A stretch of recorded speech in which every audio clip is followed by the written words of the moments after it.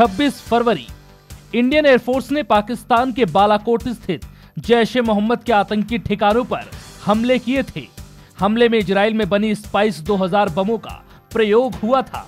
अब आईएफ अपने advance fighter jet Sukhoi को इन्हीं बमों से लैस करने की तैयारी कर चुका है। पिछले हफ्ते आईएफ के 12 मिराज जेट्स बालाकोट में दाखिल हुए थे और उन्होंने जैश के ठिकानों पर करीब 1000 किलो के बम गिराए थे। न्यूज एजेंसी एएनआई ने आईएफ के सूत्रों के हवाले से इस बात की जानकारी दी है। वेस्टर्न बॉर्डर पर पाकिस्तान से सटी सीमाओं पर तेज डिप्लॉयमेंट पर आईएफ के सूत्रों की ओर से ये जानकारी दी गई। सूत्रों की माने तो आईएफ तेजी से वेस्ट वार्डन को मजबूत कर रही है। पिछले वर्ष गगन शक्ति का आयोजन हुआ था और यहाँ पर सफलतापूर्वक कई ऑपरेशन को अंजाम दिया गया था। वर्तमान समय में अभी सिर्फ मिराज 2000 ही ऐसा फाइटर जेट है जो स्पाइस बम को दुश्मन के अड्डों पर गिरा सकता है, लेकिन अब एयरफोर्स सुखोई को भी इससे लैस करने की तैयारी कर रही है। भारत को इजराइल से कुछ वर्षों पहले 200 से ज्यादा स्पाइस बम इजराइल से मिले थे। इन बम के साथ सुखोई का ट्रायल पहले ही शुरू हो चुका है।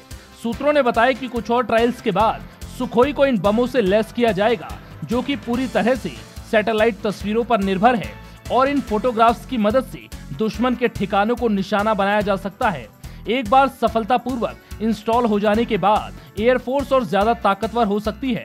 मिराज 2000 के अलावा फिर वह बालाकोट स्ट्राइक के लिए सुखोई का भी प्रयोग कर पाएगी। आईएफ के पास अभी सुखोई की 3 स्क्वाड्रन है। अगले वर्ष के अंत तक 20 और सुखोई मिलने से इन फाइटर जेट्स की संख्या 250 से ज्यादा हो जाएगी। एयरफोर्स ने 26 फरवरी को हुए हवाई हमलों में स्पाइस बमों का सबसे ज्यादा प्रयोग किया था। इन बमों को जैश के ठिकानों पर गिराया गया था और जैश के कई अड्डों को ध्वस्त किया गया। 14 फरवरी को पुलवामा में सीआरपीएफ के काफिले पर हुए आतंकी हमले के बाद बालाकोट में हवाई हमले हुए थे।